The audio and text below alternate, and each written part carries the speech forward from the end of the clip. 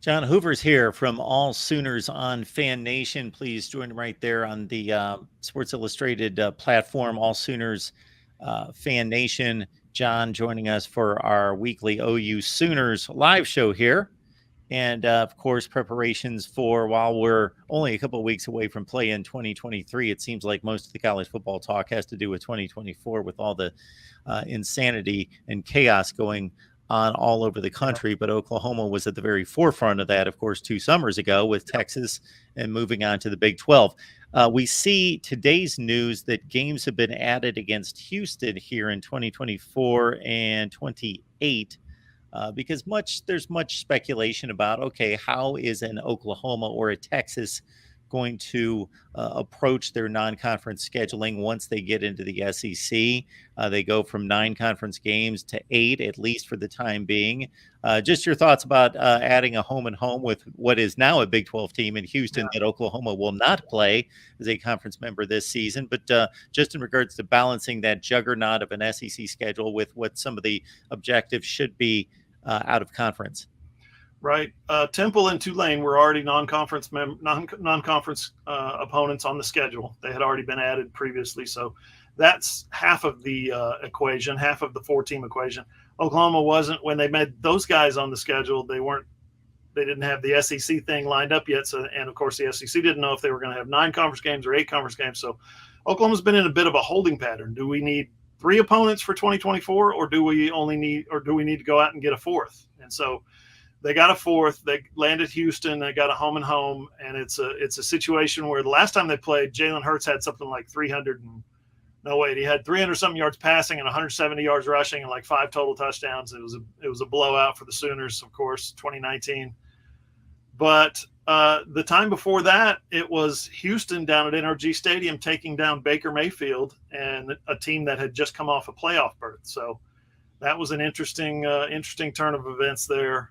The last 2 times they played Houston. The other opponent is Maine. They're going 1AA, Maine Black Bears. I say 1AA, FCS, of course.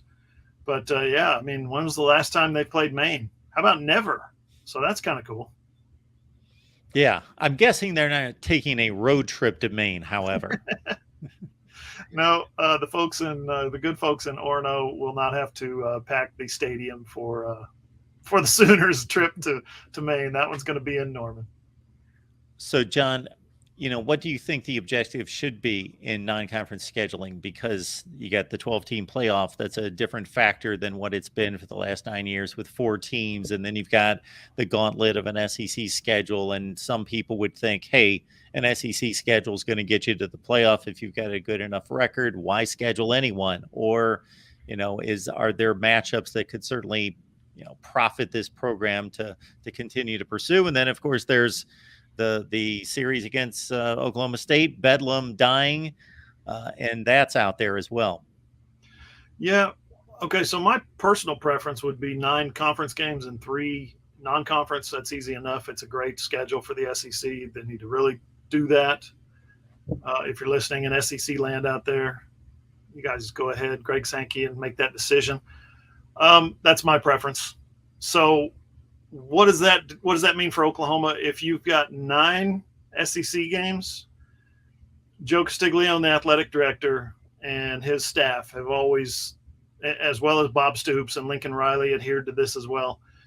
They've always adhered to that let's go out and get one non-conference opponent that everybody wants to see us play, whether that's Alabama or Michigan's on the schedule coming up, Washington or Oregon or Miami or whoever it is, Tennessee, Ohio State. They've always had that one non-conference opponent.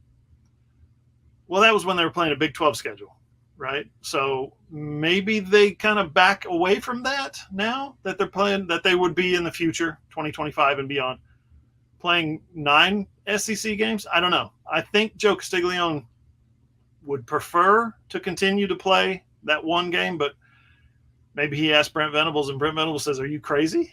9 SEC games is not enough. You want us to play a Michigan or an Ohio State as well?"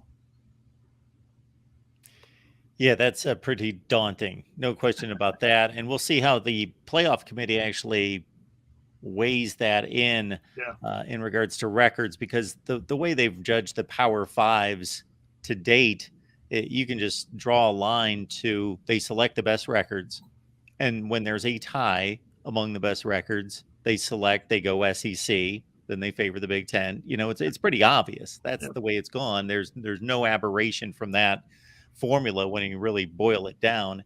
But that SEC strength of schedule is going to be so paramount. We no longer have a Pac-12 to kind of stomp on and try to compare an SEC Right. being way up here and a Pac-12 being way down there, and saying, will an SEC team at 8-4 go instead of a 10-2 Pac-12 team? Well, we'll see how that shakes out in regards to the ACC and other conferences. And the Big 12, I don't know how long your coverage of the Big 12 and what your attachment has been through the years to the Big 12, but it's an intriguing league, both this season and then going forward once Texas and Oklahoma leave, because obviously they're the ones with all the resources and the ceiling that it's going to be for those of us like myself who just enjoy good college football and love watching, let's say, a Kansas State TCU game.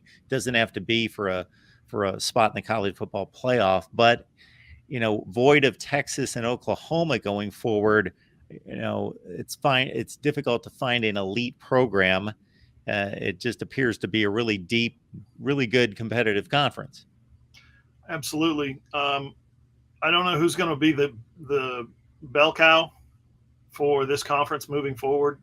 Oklahoma State was trending that way for about a decade, trending toward being behind OU and Texas, being the third kind of program, and then OU and Texas leave, and you think, well, Oklahoma State could slide up. But Mike Gundy may have, recent years would indicate Mike Gundy may have lost that momentum. So, what about Kansas State? They won the Big 12 last year. They're always competitive, maybe, possibly. Can they keep something sustained like Bill Snyder did for so many years? I would tend to think that Chris Kleiman and his coaching staff actually could. TCU's got the DFW to recruit, right? So that's one that is very enticing. Can TCU step into that role and be the big dog, the alpha dog in this conference?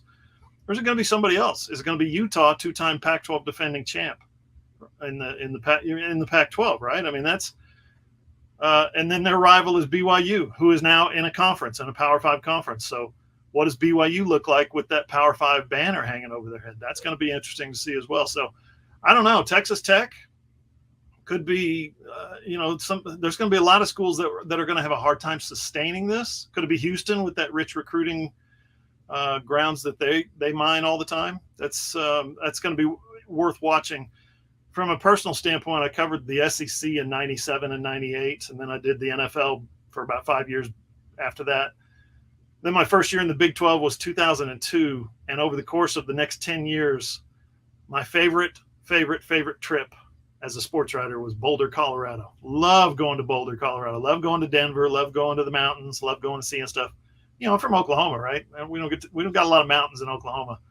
So the way the Big 12 schedule kind of rotated, they had 3 schools play this pod or whatever, North Division from the South Division, crisscross, and these games go here. I got one trip to Boulder, Colorado in 10 years as a beat writer. And I'm like, wait, that's not fair. And then Colorado left the conference. Now that Oklahoma's leaving the conference to go to the SEC, Colorado's jumping back in. I'm like, wait a minute, I want to go to Boulder. So I'm going to have to schedule a vacation or something to Boulder, Colorado. Yeah, and you talk about an interesting football situation. Yeah, that Deion Sanders, Boulder, Colorado, and of course they've been awful for 15 years, but they've had their high spots throughout their history. Interesting league, though, isn't it? I mean, 2 desert schools, 2 Utah schools, Colorado, a mountain school. Like, this is not my big brother's Big 12, right? This is brand new. So I'm interested to see how this league shakes out over the next couple decades. Yeah. Nothing reeks of and speaks to Big 12 football like Arizona State traveling to West Virginia, Right. Crazy. Yeah. And I'm fascinated with these 4 new schools because at the time that they joined, I posted a video, and I certainly don't expect that Bowlesby was listening to me, but I thought those were the 4 best commodities to go get: UCF, BYU, Cincinnati, and Houston. And they obviously, it was a brilliant move. They stabilized the league, and look at where they are right now versus where the Pac-12 or Yeah. is and isn't right now, and it's completely flipped. It could have went the other way, but they fortified the league, and just to try to weigh those four programs and figure out, okay, they all have their reasons for anyone to believe that they would be the one that would be the best of the four, but I think it's extremely equal. And if anything, I kind of side UCF as having some interesting advantages, being in Orlando, Yep. Florida recruiting, so forth, and the huge alumni base there with UCF. I'm convinced that Bob Bowlesby did listen to my radio show, because in 2016, when they were trying to expand and they were interviewing candidates by video phone, which no one had ever heard of before, right? Video conferencing. You can't go look at a school through video conferencing. What kind of idiot does that? Then COVID showed us, no, you can do anything by video conferencing. They did that by video conferencing. And I said at the time, they need Cincinnati, they need BYU, they need Houston, and they need UCF. And everybody around here was like, those guys, come on. We don't invite group of 5 schools to this conference. Hoover, you're crazy. Then last year, when Oklahoma and Texas went to the SEC, and they go out and they get, the Big 12 starts looking for more expansion candidates. The first thing I said was they need to lock down those Arizona schools and see if you can get Colorado to come back and see if you can get Utah to join in. 8 for 8.